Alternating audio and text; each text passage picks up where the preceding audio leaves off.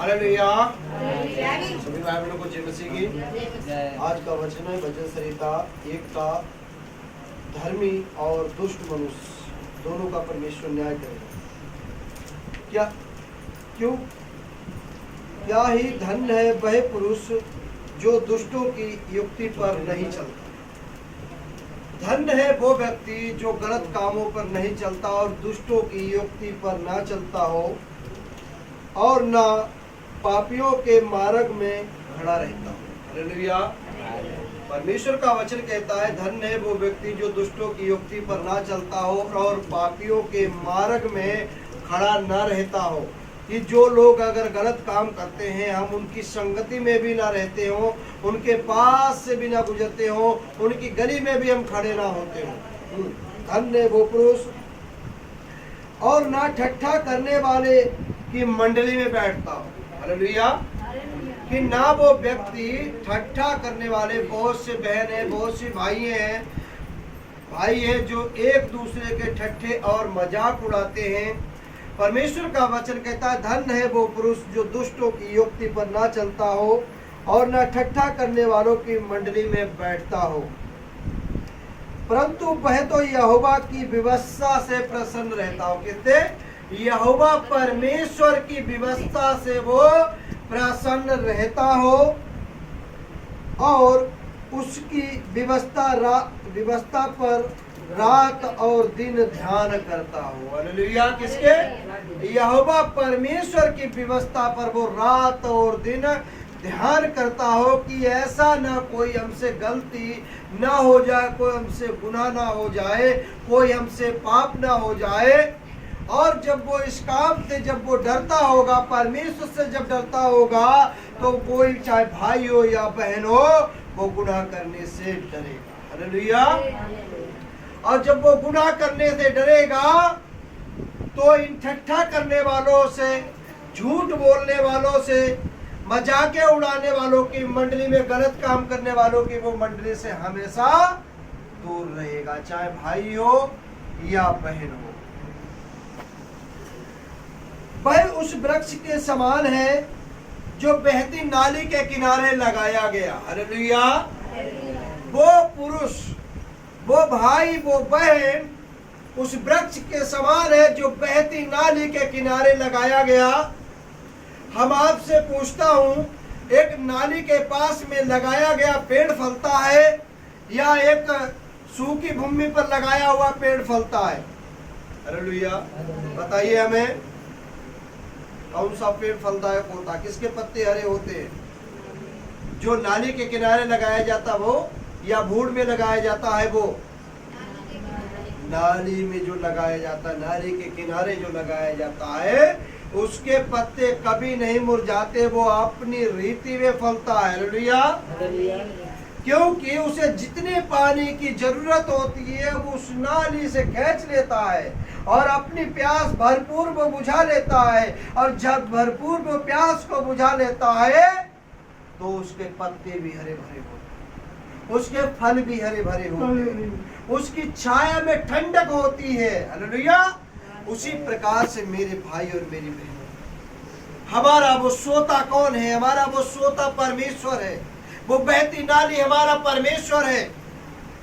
हम उसके पास रहें, जिस चीज की जिस आवश्यकता हमें होगी उससे हम मांगे वो हमें देगा। हालेलुया। लोग कहते हैं कि हम जिस काम पर हाथ लगाते उस पे हमें घाटा पड़ जाता है। हम सोचते कुछ होता कुछ है, क्योंकि आप पेड़ तो हो मगर रेत वाली जमीन पर लगे हुए पेड़। या कहां पर?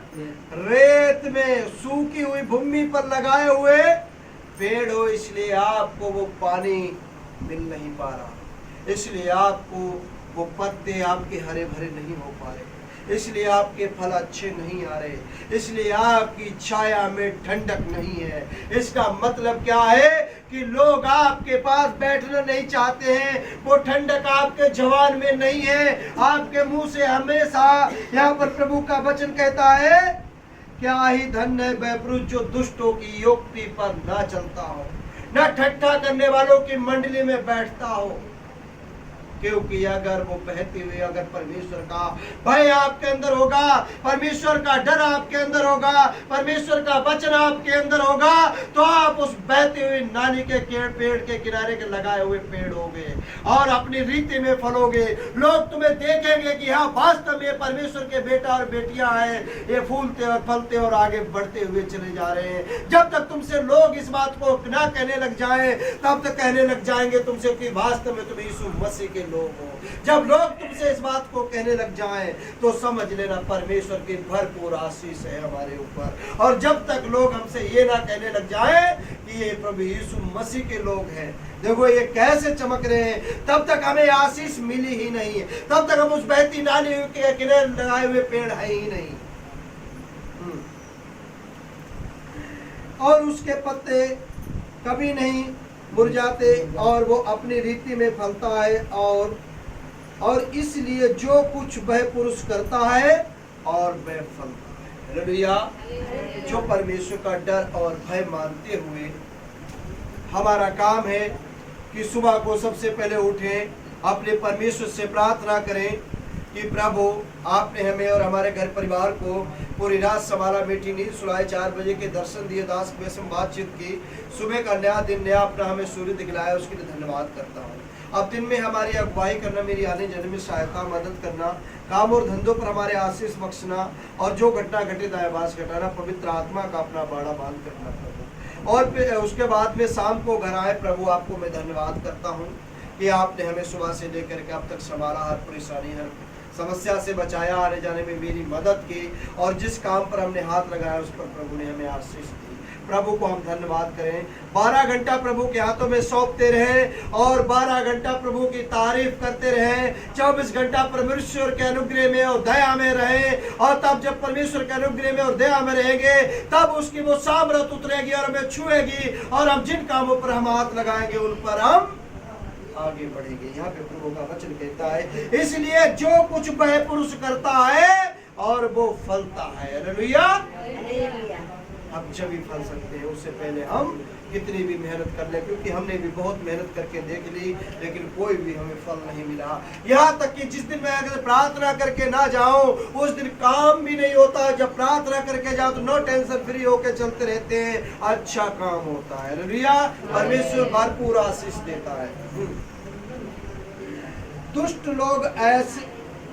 लोग ऐसे नहीं होते, वह उस भूसे के समान होते हैं जो पावन चलने से उड़ जाते हैं। दुष्ट लोग क्या होते हैं? जो घमंडी अहंकारी लोग होते हैं, वो पावन चलने से उड़ जाते हैं। उन्हें इस बात को पता नहीं होता है उन्हें के ऊपर क्यों संकट आया और किस कारण आया और कब आ गया, किसी घड़ी और समय का उन्हें पता नहीं होता है, और वो हवा चलने से वो उड़ जाते हैं। लोग कहते हैं अभी तो खा पी रहा था, इतनी जल्दी क्या हो गया? क्योंकि वो पावन चली और वो भूसे के समान उड़ गया। लेकिन हम वो भूसा नहीं है, हम वो गेहूं हैं। हालेलुया। अगर हम परमेश्वर के वचन पर चलते हैं तो हम भूसा नहीं जो पावन चलने से उड़ जाए, हम गेहूं हैं। उड़ जाते। इस कारण दुष्ट लोगों की अदालत में स्थान नहीं हो मिल सकता। आप लोगों को दुष्ट लोगों की पंचायतों में और अदालतों में, रिश्वतखोरों की अदालत में आपको इंसाफ नहीं मिलेगा। और ना पापी धर्मी की मंडली में बैठ सकता है। हालेलुया। पापी जो मनुष्य जो गलत काम करते हैं वो धर्मी की मंडली में बैठ नहीं सकते। धर्मी की मंडली में बैठ नहीं सकते, क्योंकि यहोवा धर्मियों के मार्ग को जानता है, परंतु दुष्टों का मार्ग नष्ट हो जाएगा। हालेलुया। परमेश्वर धर्मियों के मार्गों को जानता है और दुष्टों का मार्ग नष्ट हो जाएगा। नष्ट हो जाएगा, परंतु वह तो इसी बात से ध्यान रखते हैं। क्या? परमेश्वर आप लोगों के इस वचन के द्वारा आपको आशीष दे, और हमें इस चीज पर ध्यान देने की जरूरत है कि सुबह सबसे पहले हम अपने परमेश्वर से प्रार्थना करें, उसके बाद भी जिस काम को हमें जो भी करना है प्रभु से आशीष मांगे, अपने घर परिवार के लिए सुख शांति मांगे। परमेश्वर आपको देगा और आपको आगे बढ़ाएगा। आइए हम इस वचन के द्वारा परमेश्वर आपको आशीष दे और हम छोटी सी हम प्रार्थना करेंगे। धन्यवाद जीवित और सर्वशक्तिमान मेरे पिता, मैं आपको धन्यवाद करता हूँ जो वचन बोया गया, ये वचन इन बच्चों के हृदय में जमे, अंकुर निकले, पेड़ बने, फलदायक वृक्ष बने, ताकि जो कोई छाया में बैठे वो तृप्त हो जाए, फलों को खाए और वो तृप्त हो जाए। इन वचन के द्वारा अंदर मेरे पिता परमेश्वर बच्चों के अंदर से पाप, लालच और घमंड और अहंकार की आत्मा निकल के बाहर चली जाए, नम्र और दीन करे मेरे पिता। ओ पिता, इन बच्चों को अपनी अनुग्रह में और दया में और अपनी सामर्थ में अपनी आशीषों में लेके चले मेरे पिता परमेश्वर। ये बेटा और बेटी जिसमें जो भी बीमारी और बंधन, दुष्ट आत्माएं, दुर्बलताएं, परेशानियां, शैतान की शक्तियां, घर परिवार और रोजगार के विरोध में इन बच्चों के जीवनों में जो समस्याएं हैं वो पिता और पुत्र और पवित्र आत्मा यीशु के नाम से वो जाती रहे। सारा आदर महिमा इस मिसाल इस मंडली को सुंदर समय को आपके हाथों में देते हुए प्रार्थना उद्धार करता यीशु के नाम में आमीन।